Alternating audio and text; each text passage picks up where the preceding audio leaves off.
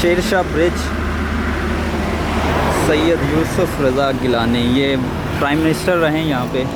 और ये सामने ब्रिज है, यहाँ पे आप देख सकते हैं, ये दरिया का ब्रिज है।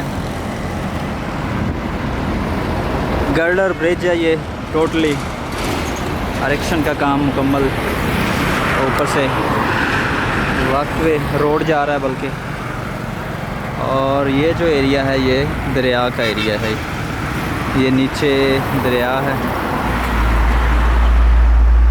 आज हम मुजफ्फरगढ़ की तरफ जा रहे हैं और ये रास्ते में जो रोड आ रहा है, ब्रिज आ रहा है, ये बाग और नीचे फ्लड का पानी